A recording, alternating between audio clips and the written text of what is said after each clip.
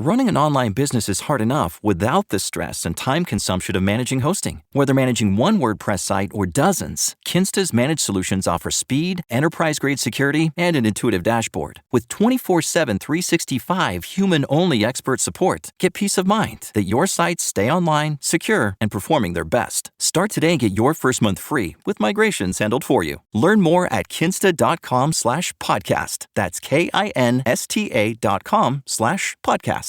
If you're a facilities manager at a university, you know students rely on the cafeteria for breakfast, lunch, dinner, and the occasional late-night snack. So when a dishwasher breaks down and dirty plates pile up, the mess hall can turn messy in the blink of an eye.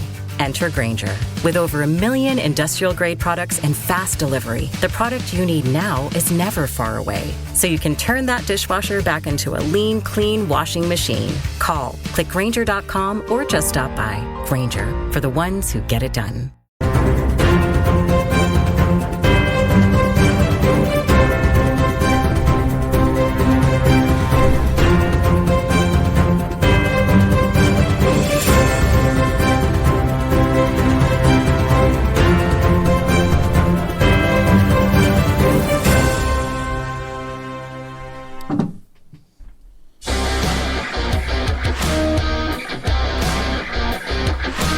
All right, Ohio political news coming at you live as always. We wouldn't have it any other way. Monday night. All right, say hello to everybody out there. We got to go Trump, and we got to vote no on issue 1, and we got a lot of things on our plate here tonight. Let me go over to Leonard's with us here tonight. Good to see you, Leonard.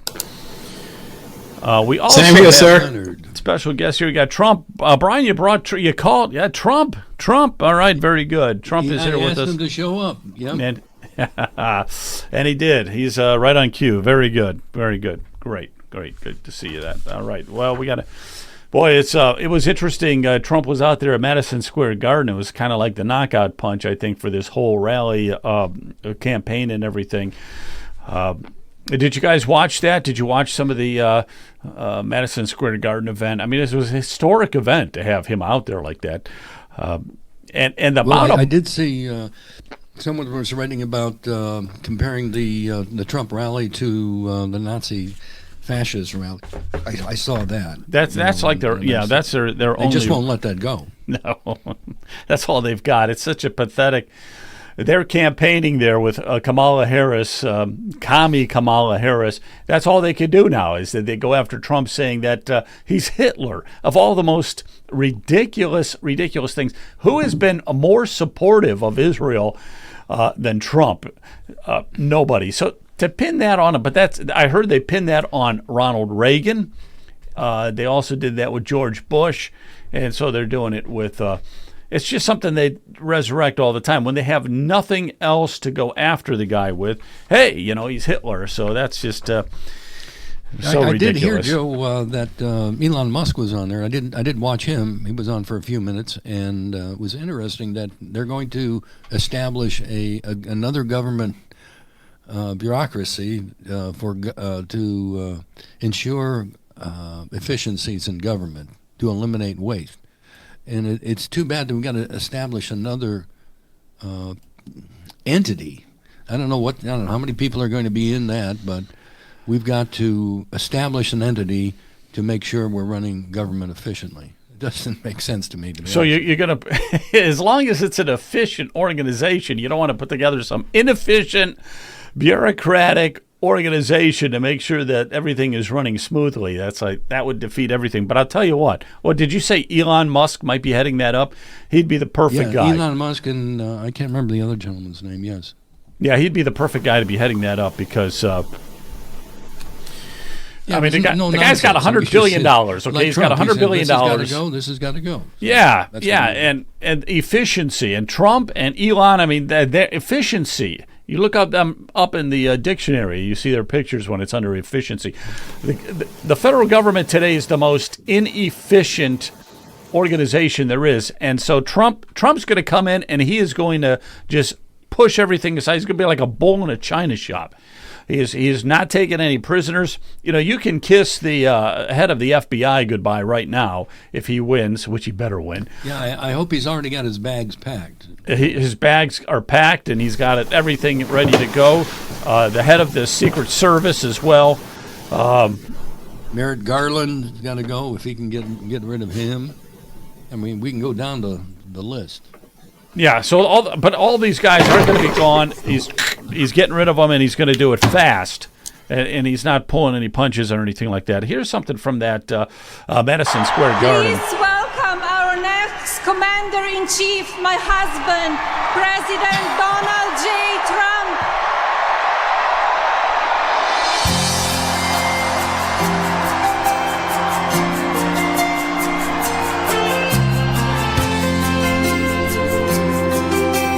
I mean, this was just a fantastic idea on the part of Trump. If tomorrow all the things were gone, I'd work for all my life. You take a look at outside what's going on all the way down to the river, the beautiful, beautiful Hudson River. Yeah, they had I don't know how many tens of thousands of people outside watching it on the Jumbotron. Just fantastic. They're outside watching this now at levels that nobody's ever seen before. They've never had it. I will end inflation. I will stop the invasion of criminals coming into our country. And I will bring back the American dream. We need the American dream to come back home. Our country will be bigger, better, bolder, richer, safer, and stronger than ever before. This election is a choice between whether we will have 4 more years of gross incompetence and failure, or whether we will begin the 4 greatest years in the history of our country. Yeah, gross incompetence. I love the way you said that. Yeah, and our beautiful First Lady. Yeah. Hey, chat Joe, away in the chat. We'd like to hear what you have to first? say out there. What's that? Hey, Leonard, I've got a question for you and Leonard. What would you like Trump to do first day?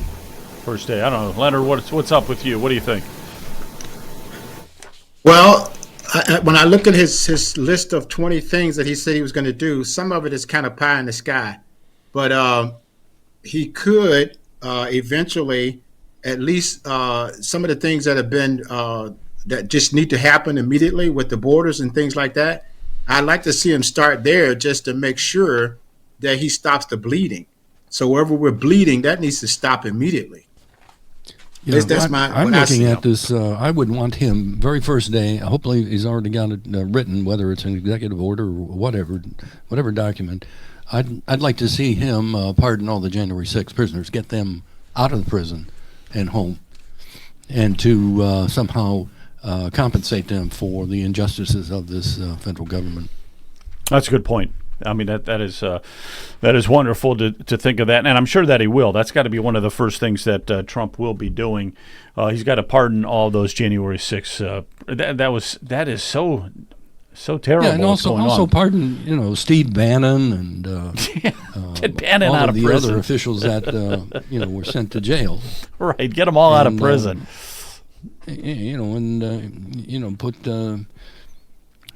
Put some of the Democrats who were, lying to Congress. Schiff, and we go down the list. Throw Nancy Pelosi in prison. I mean, yeah, they need their day in there. court, certainly, but I wouldn't let him get away. Now, Trump is not that kind of guy. He let. Running an online business is hard enough without the stress and time consumption of managing hosting. Whether managing one WordPress site or dozens, Kinsta's managed solutions offer speed, enterprise-grade security, and an intuitive dashboard. With 24/7, 365 human-only expert support, get peace of mind that your sites stay online, secure, and performing their best. Start today and get your first month free with migrations handled for you. Learn more at kinsta.com/podcast. That's KINSTA.com/podcast. Hillary, Clinton, when we were all saying lock her up, and when he got the chance, he just passed on it. He doesn't want vengeance. I understand that, but they have to feel some pain for what they've been doing to our country. Well, listen, Trump took a bullet to the head. He is not going to play games. Okay, he may be. He may be, downplaying it now because he wants to get elected. But once he's in there, look out. Look out once he is elected. Bannon's coming home tomorrow, ! Yeah, is he coming home tomorrow? I didn't know that. Thanks for telling us that. Moon pie. Some of what Trump has been repeatedly saying ever since he came down the escalator 9 years ago. Bannon should be on his own show tomorrow. War Room. That will be a monumental show. That would be great. You imagine the ratings he's going to. Yeah, we got to get Bannon back. We need Bannon. We need the strength of that. That guy, he's got one of the most popular podcasts. I mean, it is just taken off. It is just phenomenal. Yeah, that would be terrific. Have him on the War Room and all that. Get it back to the way it is. But Trump has always said that he's going to seal the border. He said that 9 years ago, and he put up the wall. It almost got finished, and then the Democrats came along and just tore some of it down and just let 20 million people into this country, and a lot of them are murderers and rapists and you name it. So, but he is going to the border, number one. Then number two is get rid of these illegal aliens that are in here. That to me is going to be a little bit more complicated, being able to figure out a way to do that. But he keeps telling us he's going to deport them. He's going to get them out. But the first thing is you seal the border. You stop the bleeding. Then the next thing is you start deporting these people. The economy is also big on his list. He's telling us we're going to have the greatest economy while he's in there, and he did it. He did it already, so I have perfect confidence he can do it. Inflation, he's going to kill inflation, create jobs. Tariffs, he said he loves the word tariff. It's one of his favorite words. So he will apply any kind of a major tariff on, let's say, the automobiles that are coming into this country. He says, hey, you can build all the automobiles you want, but you're going to build them in this country, all right, for Americans. If it's coming to America, you put up your factory here in America. Otherwise, you're going to be hit with so many tariffs, it isn't going to be worth your while. Yeah, they're not going to be competitive. They won't be competitive. Yeah, he has the people in the plan already. Yeah, that...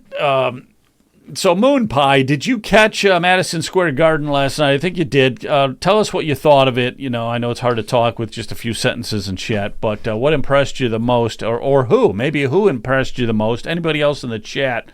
Let me know who you thought was the most impressive, other than Trump. All right. I know he had Dr. Phil. He had Vivek Ramaswamy. A lot of people don't know that Vivek is from Ohio. He doesn't live that far from Springfield. I think he's about a half hour, 40 minutes from Springfield.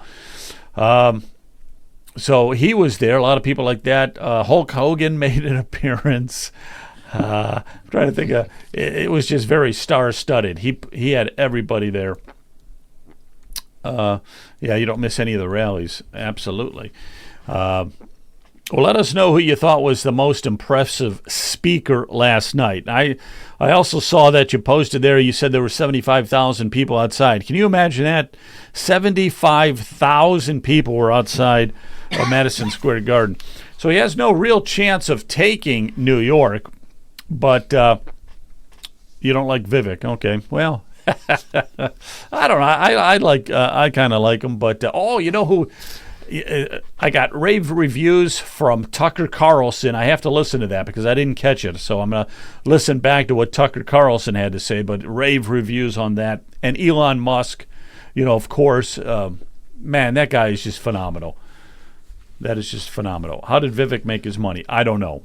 Not sure how he made his money. I think not sure. Software, maybe. Maybe it was with the software company or something like that. I'd have to. Dan Bongino's another one, the podcast that I listen to, Joe.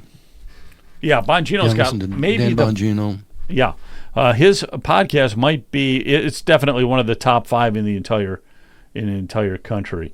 Yeah, the other one that's good, I think, is Candace Owens. I really started listening to her, and I've been very impressed with her. Yeah, there's some good ones out there. I'm going to look at some of the polling here. Let's take a look at what's going on here because this is from today, Monday, October 28th. Now, all this polling looks very, very close. Wow, it is very, very close. I can't believe it's really this close. In Wisconsin, Trump is up by 1. In Minnesota, Yeah, hey, Leonard, we're getting a lot of that feedback, just so you know. We're getting some of that feedback from you. In Minnesota, Trump is up by, Harris is up by 3, but that's got to be fudging the numbers because that's the Minnesota Post who did that polling. They're not going to show them losing. So it's got to be less than 3 on that one. Pennsylvania, Trump is up by 1. What's amazing to me, though, is how can we have the election be this close when you have the absolute worst candidate that you could possibly have, the worst combo. You got Kamala and you got Tampon Tim, okay? That's what everybody calls him. And he hates that name, Tampon Tim. You got those two clowns, and yet it's close? Can't be. I just can't believe it is. Well, I think the Trump derangement syndrome is real. No matter what Trump does or says, or there's a segment of the population that just will not vote for him. And as I understand it, from the Democrat standpoint, the issue for the women is the abortion issue. So we can't seem to, you're going to turn off some women with a strong stance against abortion, but on the other hand, you got to get the pro-life people, and so it's kind of, it's a give and take on that issue. But I mean, as a Republican, the Republican Party has to stand firmly for pro-life, no matter what. So, you're not going to go against God. That would be a very foolish thing to do. So, yeah, we've got to remain strong pro-life all the time. But I've heard that abortion is like number 3 or number 4. Number 1 is like the economy. 2 is like the 20 million illegals that have come into this country. Those are some of the most important items. It might be high on the abortion might be high on the Democrats' list, but it's certainly not high on the Republicans at all. Okay, when we look at, I've got this thing here. Somebody's been sending this to me. It's from Dr. Al Tuch-Farber, and he's got a PhD. He teaches at his professor emeritus of political science, University of Cincinnati. Okay, but this stuff is really good. He just analyzes everything. He's been almost right throughout the years. So right now, here's the latest update. He said the odds are 85% right now that the president inaugurated on January 20th will be Trump. He says, but he puts in parentheses, if he's not assassinated. Good grief. He will win the popular vote narrowly, and he will win with over 300 electoral votes. Okay. Harris cannot win the presidential election without winning all 3 of the Blue Wall states, Wisconsin, Minnesota, and PA, and none of these 3 states are now in Harris's win column. They're all trending towards Trump. I mean, they're trending towards Trump more than what some of that polling we see on Real Clear Politics. It's not really a one. It's really not like, let's say, 1 point. It's much more than that. When you get into Georgia, some of the latest polling, so you want to try to look at some of the latest polling, has like him winning like 5 percentage points up in Georgia, 3 to 5. And some of those other states are really in play as well, because he's talking about now going over to Virginia, which at one point he was down 12 points in Virginia. The latest polling there has him down 2 points. Okay, and that probably is, like I said, these polls, they don't really, a lot of times the polling is against Trump. He's actually doing better than what a lot of these polling numbers say. They do their own internal polling too, by the way. They don't just rely on Rasmussen or USA Today or anything. They do their own polling and see how it matches with what's happening with them. It's also funny. I heard there's just so much you hear. They were talking to Kamala Harris, and they were asking her, okay, well, what's the strategy with your internal polling? What does it say, and what states are you going to go to next based on your internal polling?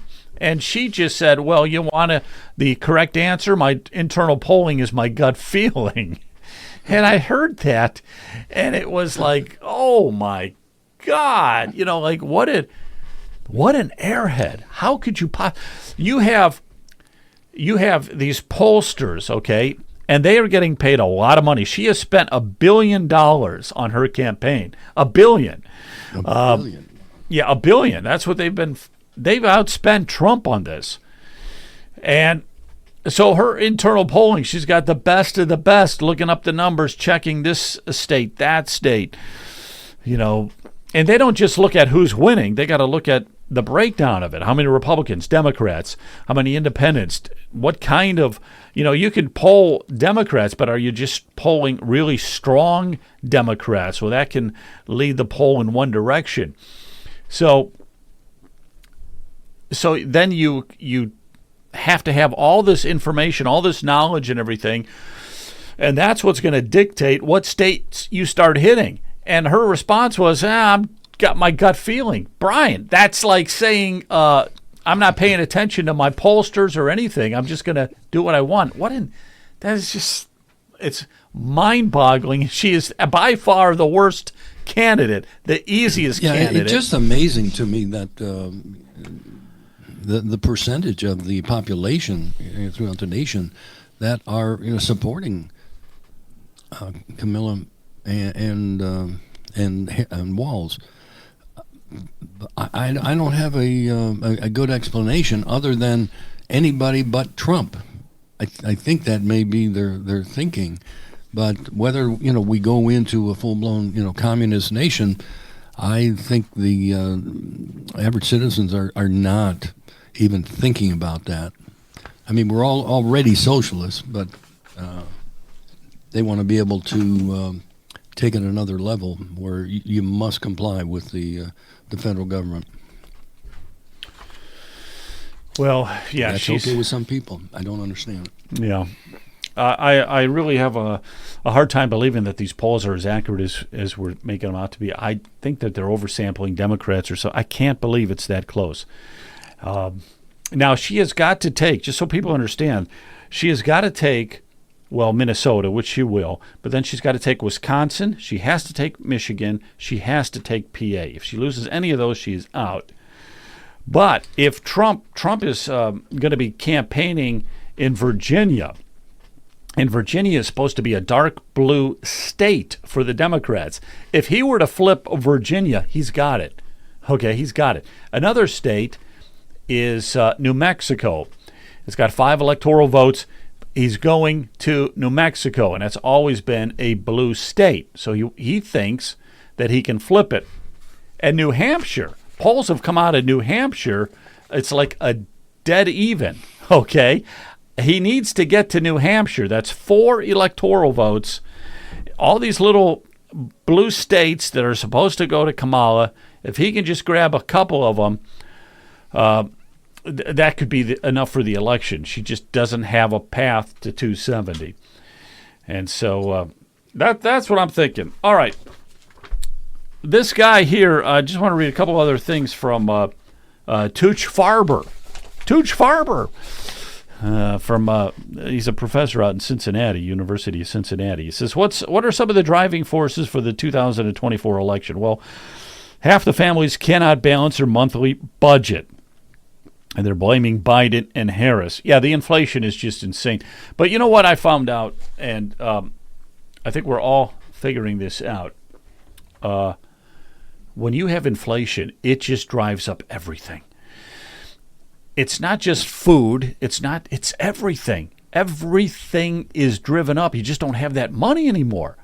And then even with like insurance, the car insurance, they want to just keep jacking that up.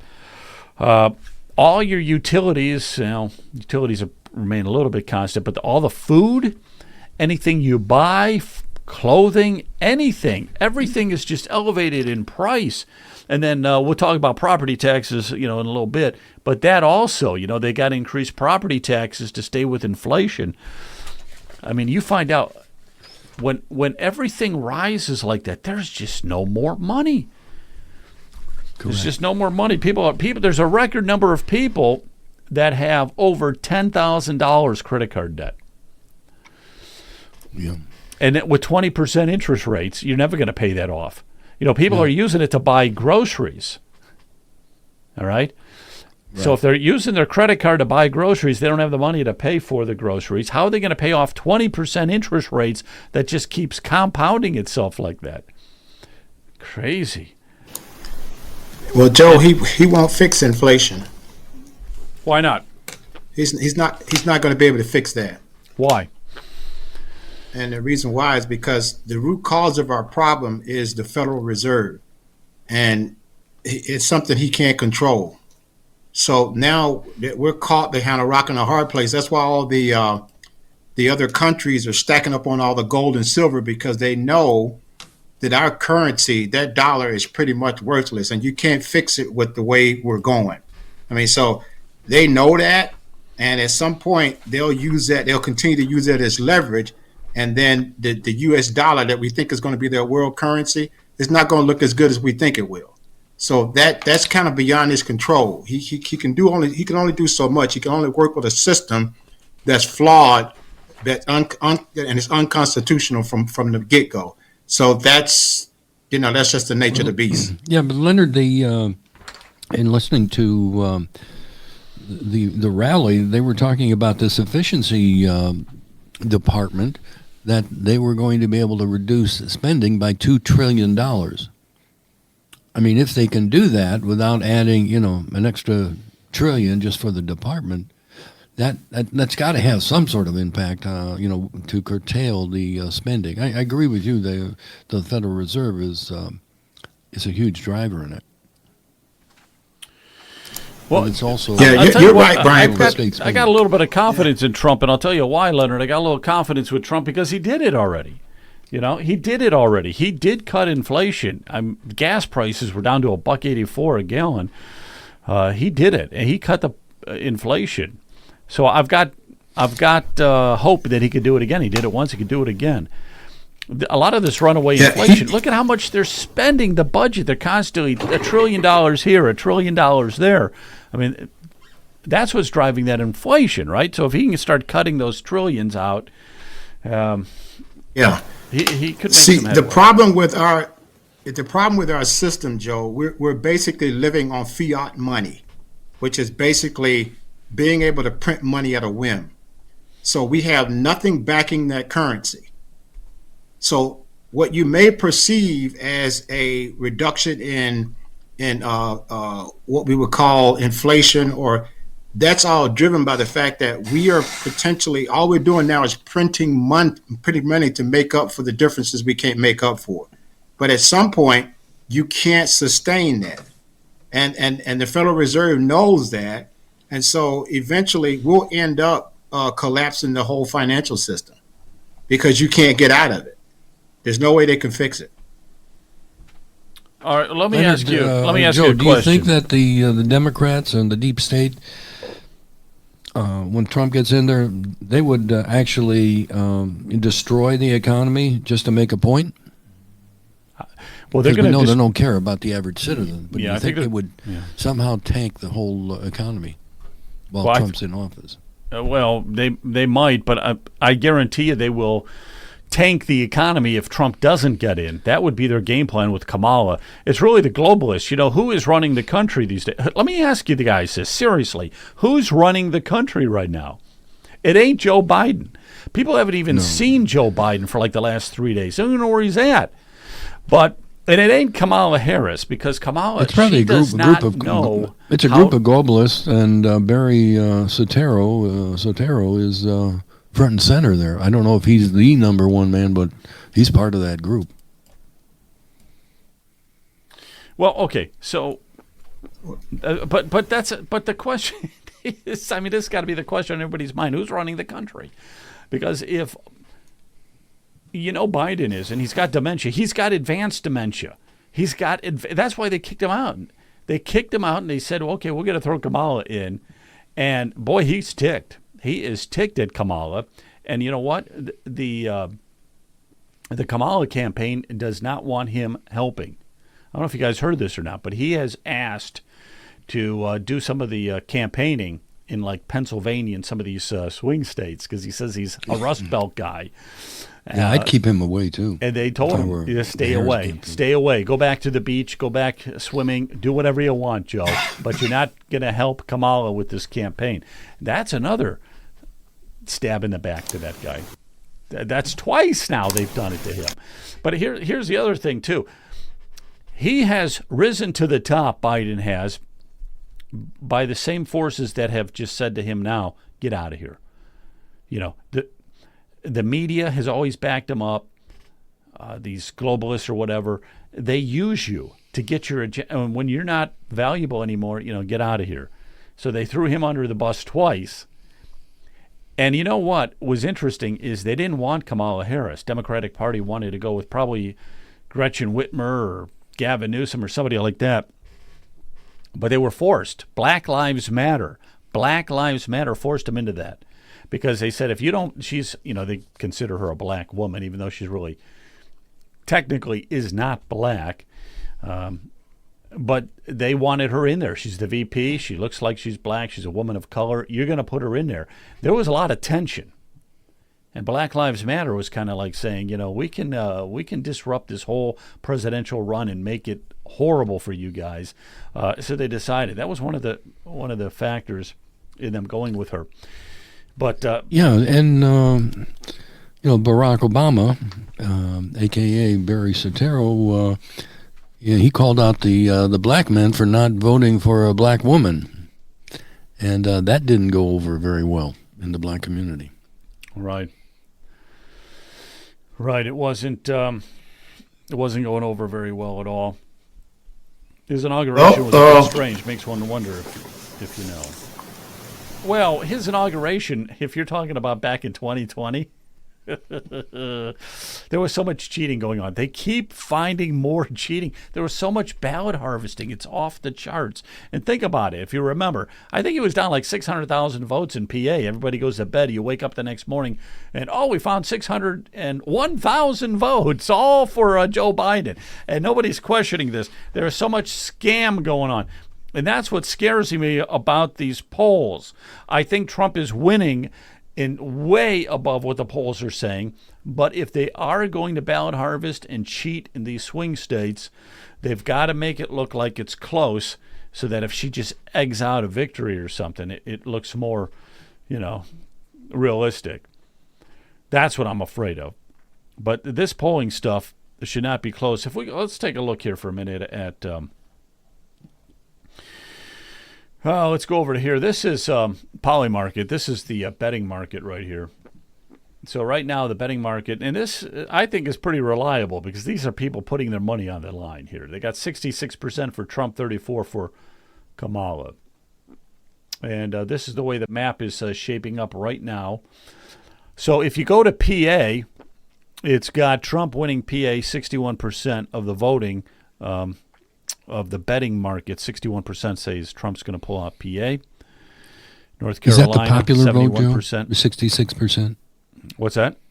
Is that the popular vote, 66 to 34, or is that the electoral vote? This, okay, let me explain here. This is called Polymarket, okay? And Polymarket is the betting market. This is people where they're putting their money. Oh, 66% of the people that wagered think that Trump's going to win. Right. I see. Yeah, 66%. Now that has been fluctuating a lot. It's been fluctuating a lot, but that's where it's at right now. That's the betting market. So you can go to any one of the states. For instance, Ohio, the betting market says that Trump has got a 95% chance of winning Ohio. All right. If you go to PA, the betting market has him winning PA 61%. Now, these people are putting a lot of money on this, okay? So it's not just you're betting, okay? There's like billions of dollars that are being betted on all of this, okay? So some people are wagering a lot of money, but they don't do that just on the whim of a nature. They analyze everything very, very closely, okay? So a lot of people are saying that this is more reliable than your Rasmussen or USA Today poll or, some of those other ones, Trafalgar and things like that. if you go over to New Mexico, okay, in New Mexico, they got Harris 88%. But the problem with New Mexico is it's really become a toss-up state because Trump is going to be in New Mexico. He's going to be campaigning, doing a rally because he thinks he's got a shot at New Mexico. Virginia is another one. 83% are saying that Harris is going to take Virginia, but Trump has got another rally planned for Virginia because he thinks he can pull it out. And this one here, New Hampshire, even though it says Harris has a 79% chance of winning New Hampshire, the latest poll came out from New Hampshire. Let me read this here. It says that Donald Trump has taken the lead in a new poll in New Hampshire. It's his first lead in the state since July. The latest New Hampshire Journal analytical poll released Sunday night gives Trump a 50.2% of the vote and Harris 98.8%. That's about as close as it gets. But the point is, this has always been considered a blue state. And it's not. I mean, Trump is, according to that poll, if it's accurate, he is just slightly pulled ahead of her. And I think all these polls really undervalue Trump. They seem to always undervalue the Republican. You see that in past polling. The other thing, too, which is really, really good for us, is that the early voting right now, the Republicans are killing it with the early voting. And they've never done that in the past. They're outdoing the Democrats in a lot of these states with the early vote. That is unheard of. Because normally you'll have the Republicans all showing up on the day of voting, and this election is different. They are banking the vote, and that's very important, bank the vote. And it's not just, as somebody said, cannibalizing yourself. We are not cannibalizing ourselves. In other words, these are not all voters who normally vote on the day of election, just voting early. They're analyzing all this data, and there is a lot of new voters in this new voting, and a lot of the people that normally vote on Election Day haven't voted yet. So it's really good signs. You know, you piece all this together. These are great signs for Trump, much more than this 1% stuff. Yeah, Leonard and I we're poll workers, and we were talking about it going down to Columbus today, and that was the number of people we think that are going to come to the polls. We're going to be busy, from beginning to end. So this is going to be, we think, an election that will have probably record turnouts. And as long as as long as the Republicans keep pulling out, Democrats historically do not vote on Election Day. They primarily vote early. We see that all the time. They take a huge lead with the early vote, and then the Republicans catch up and hopefully pass them. This election, it's neck and neck, or even the Republicans in some of the states are outdoing the Democrats. There is just no excitement on the part of the Democrats. They don't have any excitement. Well, how could you get excited about Kamala Harris? I mean, how do you get excited? How do you get excited about her? Let me just play something here. Well, look at the. How do you get excited about this? Never let anyone take your joy from you. I call myself a joyful warrior. Right? Never let anyone take your joy from you. You do what you gotta do. Boy. And isn't that a wonderful way to live? Yeah, wonderful. I'm really almost embarrassed for her, Joe. That really is embarrassing. It's really imagine pathetic. what Putin and all of the other world leaders are saying if they've got to sit at a table with Kamala Harris and Tim Walz. They've got that's you talk about an early Christmas present, for all of the the bad guys out there in the world. That if Kamala Harris wins, that's going to be a rude awakening. And I think it's going to be an awakening for many of the patriots too, because the Democrats will come after the patriots. Oh, it's the end of this country. But the patriots probably won't go after the Democrats that have violated the law and the Constitution. It's at the end of the country. The country will cease to exist if Kamala Harris gets in there. And there's going to be wide open borders. You're going to let in another 20 million of these illegal aliens. And like Trump was saying, a lot of them are just murderers, rapists, you name it. They come in. There was one guy in here who's killed 23 people, and they let him in. No one even knows where he's at or anything. But he was from another country. 23 murders he'd committed. I mean, these gang members are just pouring in over the border and everything. Look at what's happening in Springfield. You got 30,000 Haitians in Springfield and a population of 50,000. They're almost half the population in Springfield. Well, we've got them in Lake County also, Joe. I mean, there was a few months ago that we reported that they closed down a house in Painesville that was drug dealing, and they actually left all their guns. They must have gotten a tip that the SWAT teams were on them, and they left their guns in the windows and that sort of thing. So it's here in Lake County too. People just don't want to acknowledge it. Well, we were out at East Palestine on Saturday. Remember? Yep. They were giving away those water filtration systems. And East Palestine, that's where that train derailment happened. That's where all that toxic fumes and smoke and everything went up over East Palestine and got into the water, and just so much havoc. People are going to be having cancer years from now.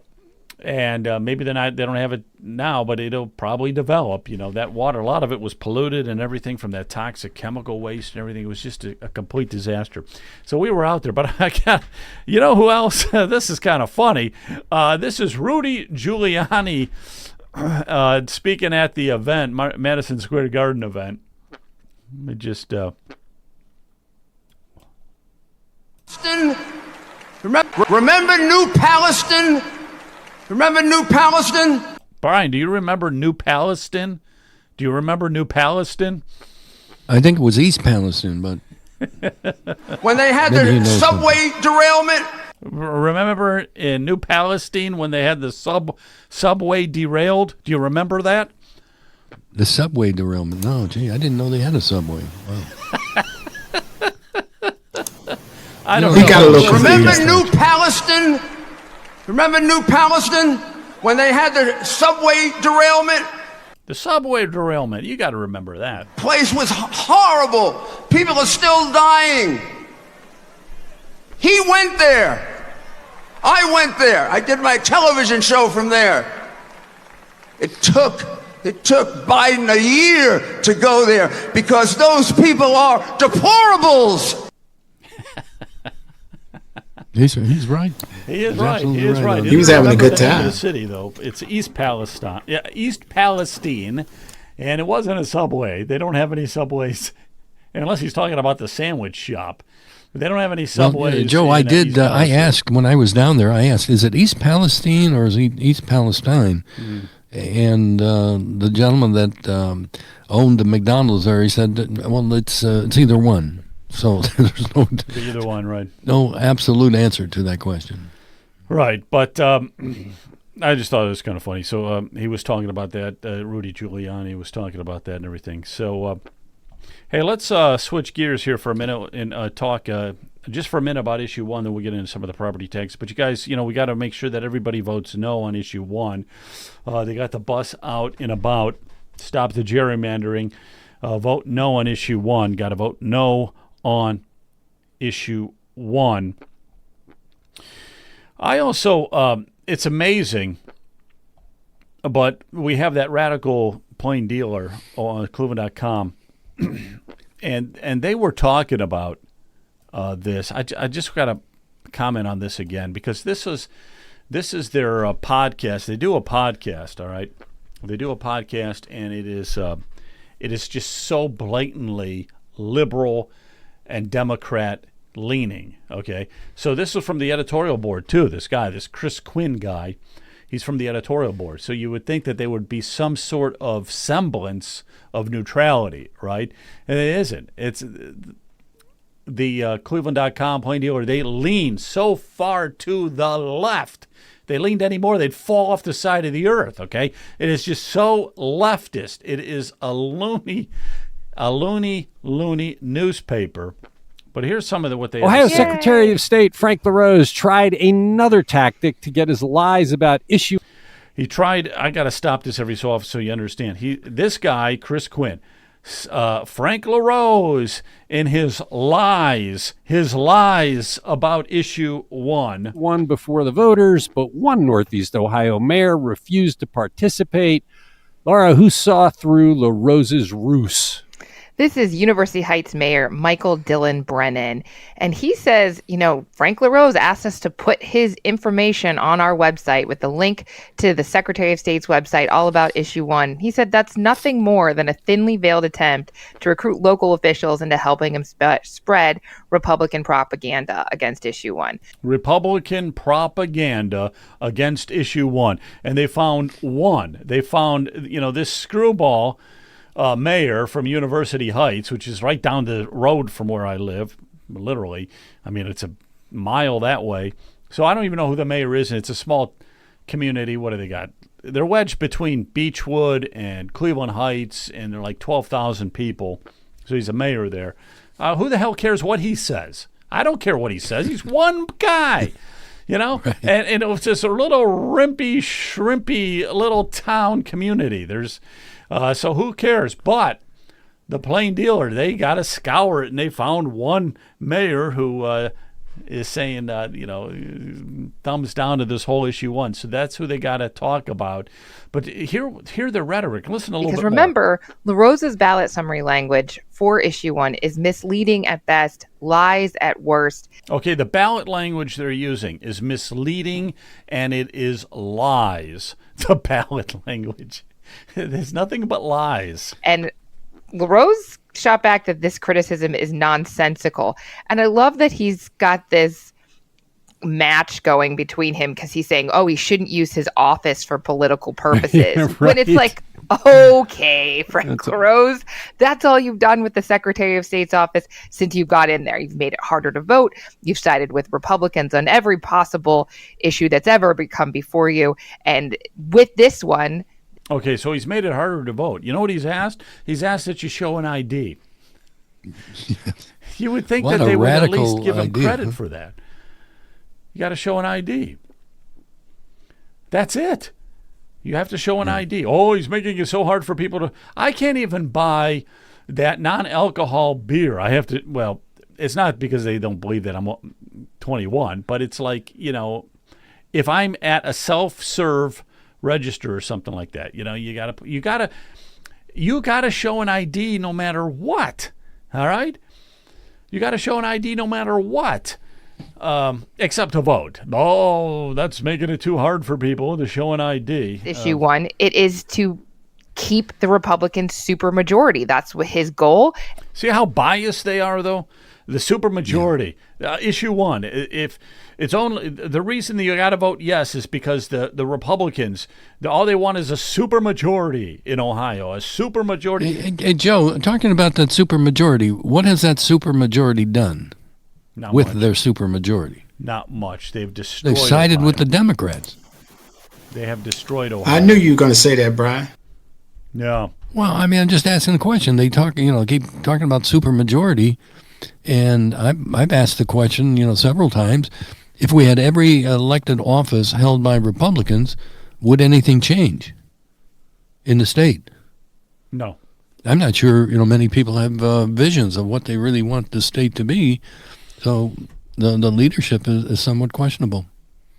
Somewhat. Whether it's Democrat or Republican. So the Democrats saying that the Republicans just want a supermajority. All politicians just want to get elected. But if you look at that issue 1, I think it's 2 columns on the ballot. I don't think anybody actually reads it. If they don't know to vote yes or no before they go in, they're going to be confused because there's just too much on the ballot. Yeah, the ballot. You're right, get Brian. educated You are before right. you go in. Right, the ballot is has got 2 columns, but the constitutional change that they're initiating is 30 pages. 30 pages. And some of the things is... Well, that would make it change number 175, I think, for Ohio Constitution. That is why we don't change the Ohio Constitution, okay? We don't make it so easy to change it. Now, the latest figures, 35 million has come in now, and of the 35 million, 32 million is from outside Ohio. Okay? 35 million has come in. I didn't understand. The 35 million? They put 35 million has come into Ohio to get dollars. issue 1 Dollars passed. you're talking about. $35 million. I'm sorry. I didn't say million. Okay. Yeah, not $35. $35 million. $35 million has been funneled into issue 1 to pass it. All but 3 million that's is the from common outside theme, Joe, the state of Ohio.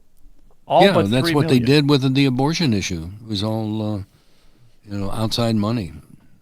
I bet you if we were to track each one of the constitutional amendments, it's the same playbook. Oh, it is. Yeah, it is. It's the exact same playbook. Yeah. Yeah.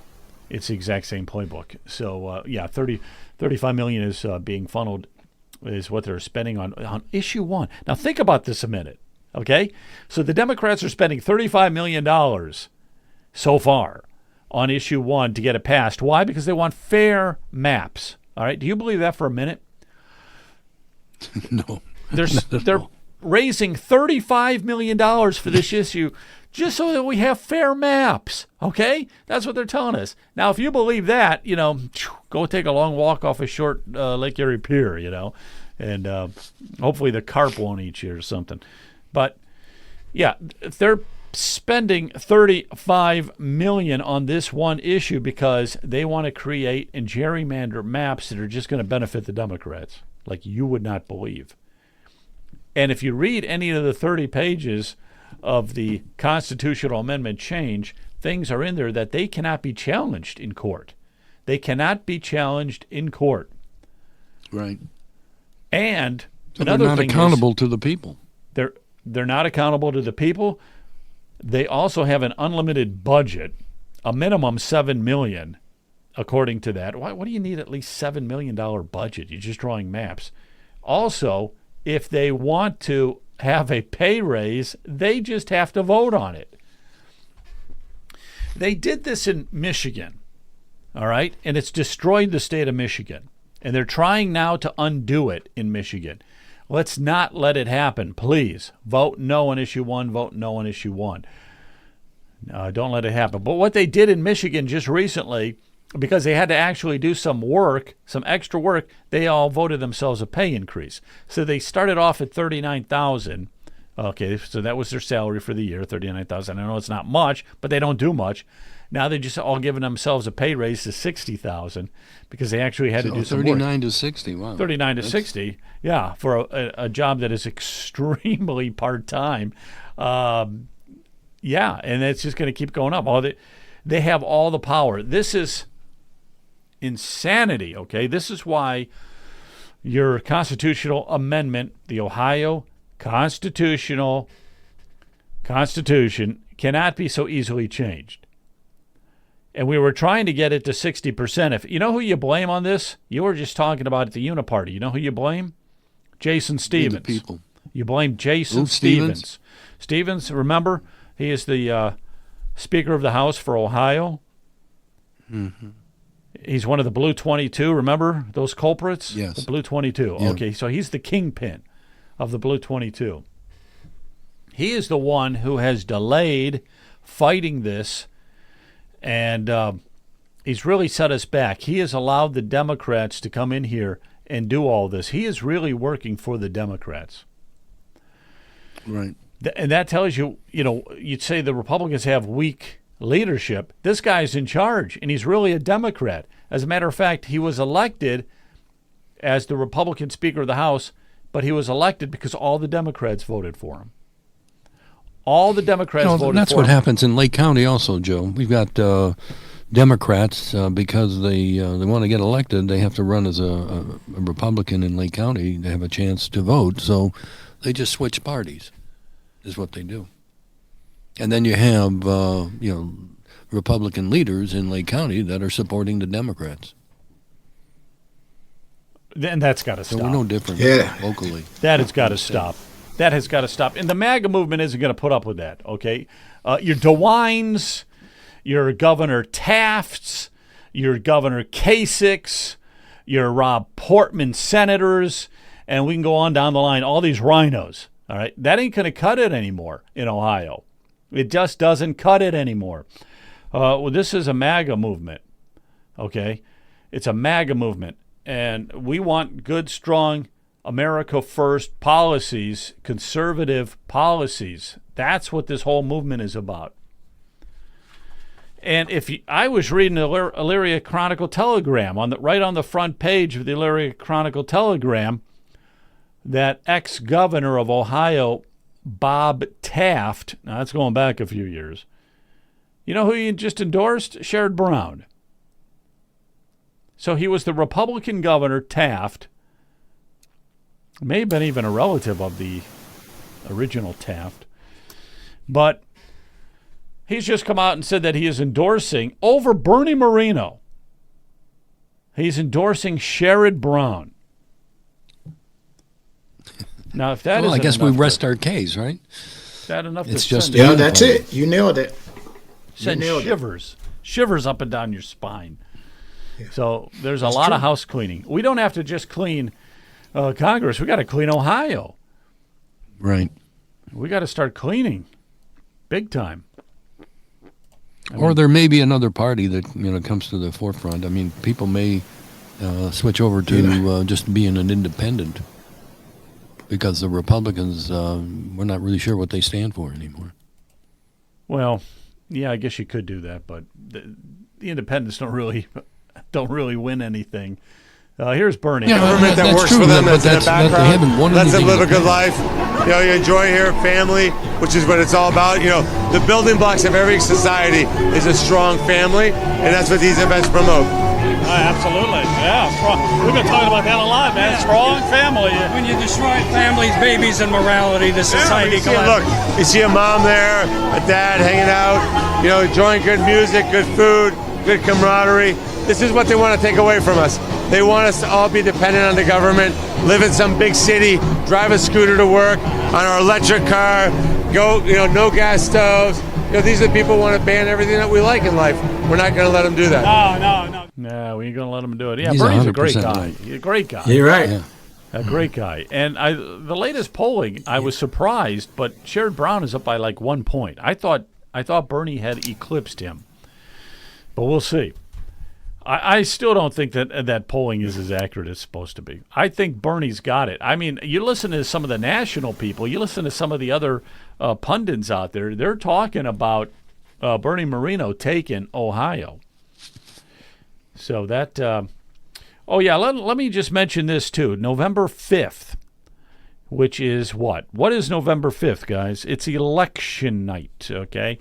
Election night. Now, I know you guys are going to be, Brian and Leonard, you're both going to be at the polls. But when you get done with the polls and you get back to your studio, we are covering the election night coverage right here on this. Okay, Joe, we'll be here to let you know what we found in Lake County. Leonard and I are in different precincts, so we'll be able to give you perspective on at least 2 precincts in Lake County.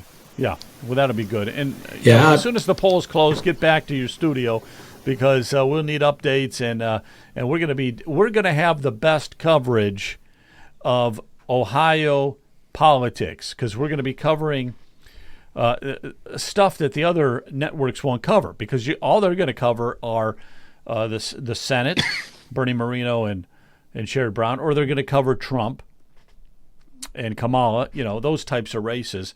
But if you want to know a lot about, okay, where does issue 1 stand, then tune us in. If you want to know how some of the close state house races are going, we're going to be covering the close ones. We're going to cover the House, the Ohio House, and the Ohio Senate. If there's any close races, there's going to be like a half a dozen of them. Okay, maybe a few more than that. Also, we have 3 really close congressional races where we might be able to pick up a seat. Orlando Sanzo, his district, Derek Marin's district, and Kevin Coughlin. Okay, so those 3, we're going to cover those 3 Ohio congressional races, because the Republicans could pick up another seat in the U.S. House. So we're going to cover all that. We'll cover a few of the issues too. Here let's segue now over to the property taxes and talk a little bit about that. But who's putting another levy on the ballot is the Cleveland Public Schools. They are putting another huge levy on the ballot. And do you know how many mills, Joe? I should double check. I think it's like 9. Yeah, that's a lot. 9 mills? I believe so. So multiply 9 times $35, and then you will have the amount of money that they will collect per 100,000 of market value. About $320, right? So their property taxes will go up at least for every 100,000, at least $320. But the problem here is, okay, these people are strapped. I hope they don't vote for it. They're just strapped. They don't have the money. Nobody has money to keep paying these property taxes. All right, the schools, we've got to find a solution to that. All right, let's turn it over to you guys. So you guys were out doing something today. Tell us what you were doing and give us a rundown on that, okay? Leonard, do you want to start that? Well, you go ahead, Brian, because you got the mic. Okay, but what we did was Leonard and I, Leonard did all of the arranging of trying to reach out to all of our state senators and state representatives. We wanted to go down to the state capitol, and we did that this morning. We had a 30, 40-minute meeting. Unfortunately, none of the senators and or the representatives, but their legislative aides were there. That doesn't surprise us, but we're not down on that. We're just saying, okay, this is just the first step on a many-step journey, and we try to convey our feelings about property taxes to these young legislative aides. And I don't think there was anybody, I think there were 7 or 8 aides, and I don't think any of them were over 35. So they were very, very young. And I was, we were wondering about, does that younger generation, what do they really want, from, their society? Do they want to just not have families? Do they just want to have jobs? They want to, work in, get a living wage, live in an apartment? Or do they want the American dream as we know it in our generation of, home ownership? And we think it is critical that we do have the right to own a home and not be taxed out of it with these ever-increasing property taxes.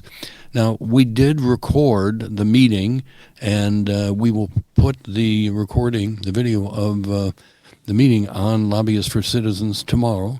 So anybody that is interested, they can actually view the video.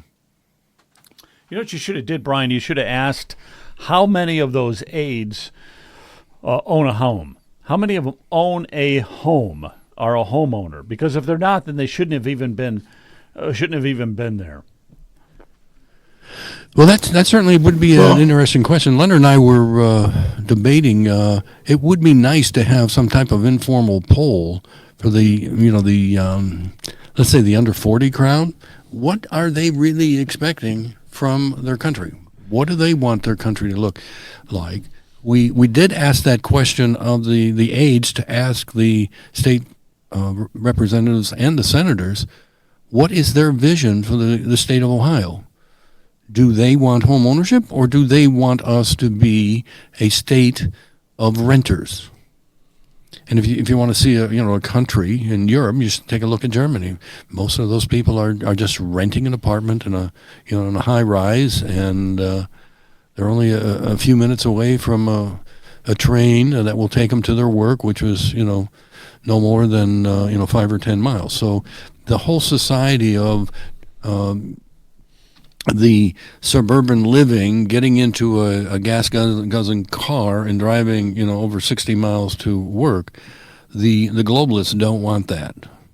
So they are going to do anything and everything that they can to make sure that their vision of society is what is what they really want. They don't want what we have right now, and I know people are having a hard time grasping that. They don't believe that people can be that evil, but they certainly can. And of course they can. What we're going to do is and Leonard and I are just messengers. That's what we've told them, that we will continue to reach out and try to educate the citizens of Ohio about their property taxes. Now, we've always said that we're not really, home ownership is really just an illusion because of the property taxes. Once you've paid your mortgage off, you still don't own that house. You're merely a renter from the government. And no one can argue that point. And then we say, we ended the meeting with, any tax that can cause a citizen to become homeless, we think is immoral. So where will it go, right now? Hopefully we get, some representatives and, senators who are the to reach out to us. Who are the representatives that sent their aides? Can you tell us? Leonard, you've got that list. Do you know that? Who are the I'd have to pull that list out because I set it out to about 40 reps and senators. So it's such a long list. Was a Blessing one of those, Leonard? Blessing was one. Beth Lear. But unfortunately, there was no Jamie Callender, who is our representative, and we saw on Jamie Callender's mailer that he sent out, what he's going to be fighting is property tax reform. But he didn't think it was important enough to meet with Leonard and I and give us his opinion on the property taxes, which is really, sad. Dan Troy wasn't there, nor was Jerry Serino. And these guys are all running, for re-election. All right, a question. Brian, one thing that I have real quick is you were saying none of these people showed up, though, right? They only sent That is correct. aides. So none of them showed up. That is correct. And how many were supposed to show up? Do you know? Leonard, how many did you have? 2 or 3 at least? I only had like one confirmed, and the rest of them, everybody else was on the fence. So, all right, but you guys got to get this info. From now on, next time you do this kind of thing, get the info, okay? Because we want to expose this. Can't expose it. We want to. They don't do anything. They don't answer to you because they know that it's just going to get shoved underneath the carpet. We need to keep resurfacing this. We got to name names. We got to say, hey, bring these people out a little bit.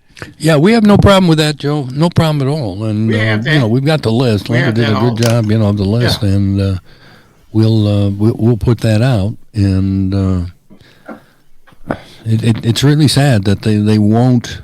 Well, we think we've got a representative government. We don't. They're only representing the donor class. Okay, they're what I've learned. What I've learned is that unless you're keeping an eye on these politicians and really scrutinizing everything they do, they don't care.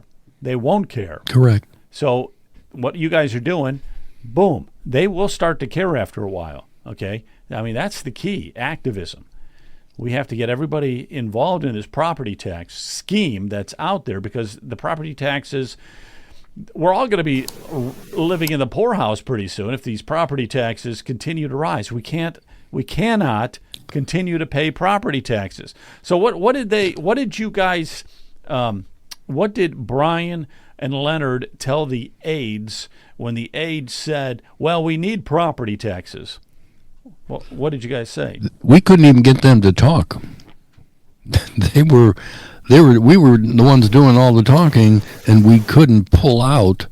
They did acknowledge, certainly one young lady acknowledged that she doesn't understand the property tax at all. She, made a gesture that went right over her head when I started to explain inside, outside millage and House Bill 920 and 20 mil floor. They're no different than their bosses. Nobody understands it. So if a taxation system is so complex, that's got to tell you something.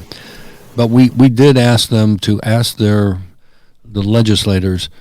It's very very critical. We want to know, do they want a state of renters? Is that their objective?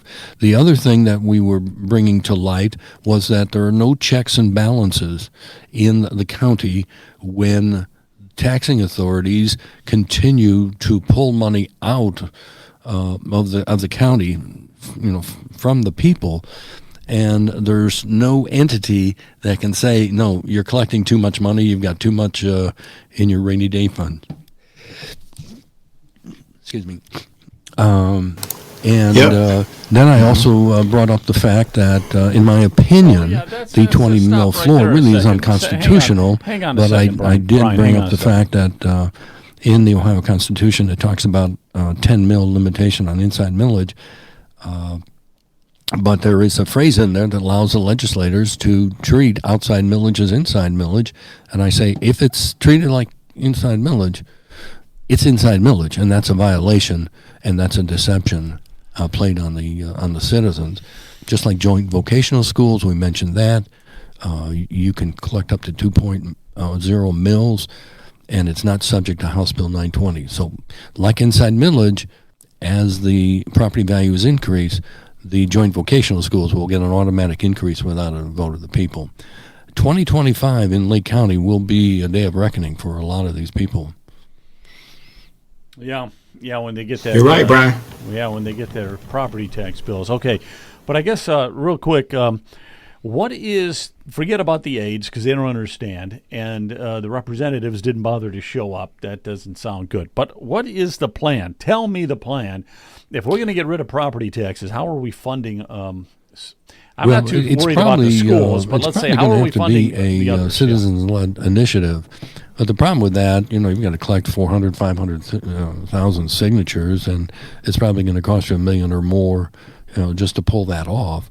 So what we have to do is Leonard and I have to continue to beat the bushes throughout, the state of Ohio. We are, speaking to many different groups in Ohio, and this is just the start.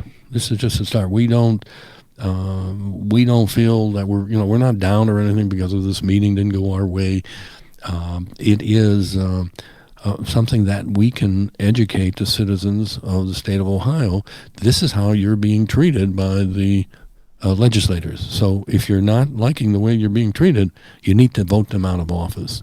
That's the only thing that is going to change this thing. Or because I can imagine if we get 400,000 or 500,000 signatures, the amount of pushback that you're going to get from the teachers unions, and again the teachers unions are putting a lot of money in the campaign funds of our officials, and that's what we're going to be fighting.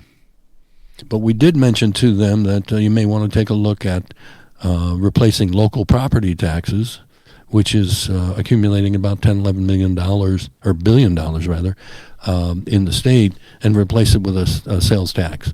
We calculated that you could collect 4.5% sales tax on top of the 5.75, and that would replace the local property taxes.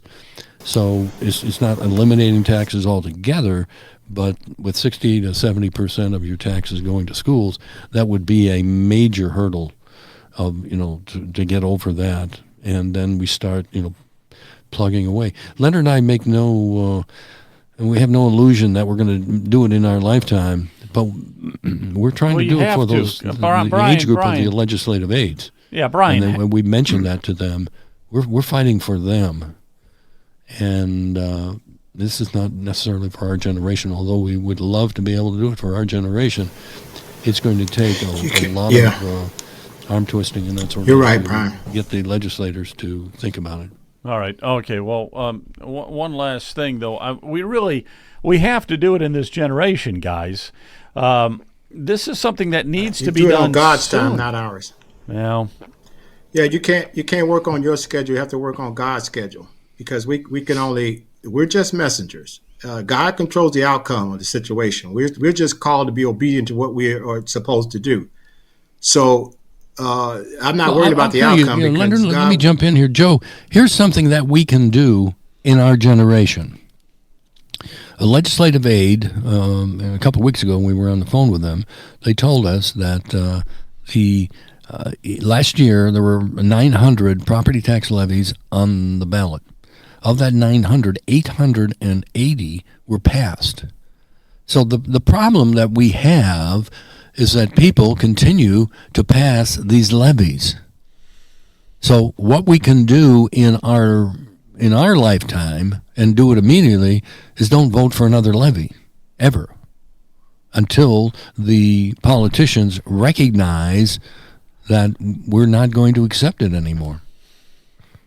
Right. Now, this would probably, there's probably a lot of people out there that may be listening to us and say, well, you've got to do it for the kids. You've got to do well. If you take a look at the proficiency scores with the amount of money that we're dumping into schools, they're not producing children that can read or write or do any math at a 70-80% level. Okay. So why do we continue to price ourselves out of the home by voting for these levies? The people have the power right now to make a statement. So instead of passing 98% of the property taxes levies, once you make it about 5%, then they'll get then they'll understand. Yeah, I got you. Well, the way it is right now, nobody should be passing any more levies. None, zero, zilch. And you're not doing it for the kids. What good is it if you're going to get kicked out of your house because you can't afford the property taxes? And you're paying those property taxes long after your kids are done with the public school system, okay? Or even if they don't go to the public school. That's been my biggest gripe. Even if you don't send your kids to the public school, you're paying that, all right? And you're paying it forever. This has got to stop, Joe, all right? But the other rub, though, is that the way they have written the law on these property taxes, even if you don't vote for a levy, if your property values will go up, the schools will automatically get an increase without your vote, because of the 20 mil floor and the inside millage. That's the problem, and I think what has to happen is that legislators have to reformulate certainly this House Bill 920, and I think it's immoral that we're paying taxes on unrealized gains. If I bought my house for $100,000, if they want to tax me for property taxes, I shouldn't pay any more than taxes on $100,000. I don't care if the thing goes up to $1 million. That's mine. No, I got you. They're just taxing you more money because they like the house. You got a nicer house, or it's increased in value. But why are you paying more taxes on something that has, like you said, unrealized gains? You're not selling it. You're living in the same house. They're just saying it's worth more. Property taxes have to skyrocket. Yeah. People are fit to be tied, especially in Cuyahoga County, fit to be tied. And now you got that guy from the Browns wanting to build a stadium, and you know that's going to be tacked on somewhere into our taxes. I don't know if it's going to be a sales tax, a property tax increase, or what nonsense, but that's something people have got to shoot down. All right. So what did they do with the existing stadium? They tear it down? I don't know what they're going to do with it. I have no idea what they're going to do with it. They're gonna hold Kamala Harris rallies in that new stadium from now. until she dies. Okay, I don't know what they're going to do. Well, Lake County is going to have one of the nicest jails in the state, or maybe even in the county. It's going to, $265 million jail if it goes all the way through the end of the bond period. $265 million. All right, guys. Hey, well, thanks for your hard work. I'm glad you went to the State House. God bless both of you for going to the State House. I mean that. Thank you. And it does take time. It does take time. All right, we've got 7 days until the election. Keep praying. Keep praying. All right, what's your final word there, Leonard? Give us your word of wisdom. Go ahead. All you have to do is just remember one thing. First of all, I wanted to say something about those comments that Moon Pie was making. That was some very good comments. I appreciate that. And I want to give him or her some homework, and I want to find out if they can name one country in the history of the world that has printed itself into prosperity, and get back to us with that. And then secondly, as far as the mission that Brian and I are on, again, we have got a society that has taken the abnormal and made it normal. So we don't even know what normal looks like. The average person has no idea. So that's going to take a lot of education. It's going to take a lot of pain, but inevitably God will right the ship. But we're trying to lay the foundation so that we're prepared to deal with it. And so to me, even if you don't own a home, the key thing you have to remember is their ownership, whether it be a home or whatever, is your foundation of liberty. And most people do not understand that because we don't know what liberty looks like. All right. All right. Thanks a lot, guys. That's going to wrap it up for tonight. Thanks again for all your hard work. We will talk to everybody soon. Go out and vote, and make sure you vote Republican all the way down the ticket. All the way down. Even with the Supreme Court justices, we keep forgetting to talk about them. You got to vote for the Supreme Court justices. Ohio Supreme Court justices. Just vote Republican all the way down. All right, take care, guys. When I first came into office, I cut taxes more than any other president. We have created 7 million new jobs, and it led to a growth like we've never seen before. We developed the greatest economy in history by far. When I left office, it changed. Inflation destroyed the lives of so many people. Interest rates went from 2% to 10%. Millions of illegal immigrants, traffickers, and drugs coming into our country. Our country has gone to hell. So I made a decision to run. We're going to make America great again, greater than ever before. I will fight for you with every breath, and I will never let you down. I'm gonna fight like a G, and all don't see, and if I die, I'm gonna die free. President Trump is literally putting his life on the line, and he's willing to risk it all because he loves this country. He is strong, he is fearless, and he is what this country needs right now. Our cities will be safe, our streets will be clean, and our border will be secure. We can't allow our country to be destroyed by politicians who will put their own power ahead of the interests of the American people, our freedom, and our future. The left told me to hate Trump. When you cut through the lies, you realize the truth. American families were better when Donald Trump was president. We were safer, wealthier, and stronger. So if you love this country, if you want to stand up and fight for the future of our nation, you must re-elect Donald J. Trump.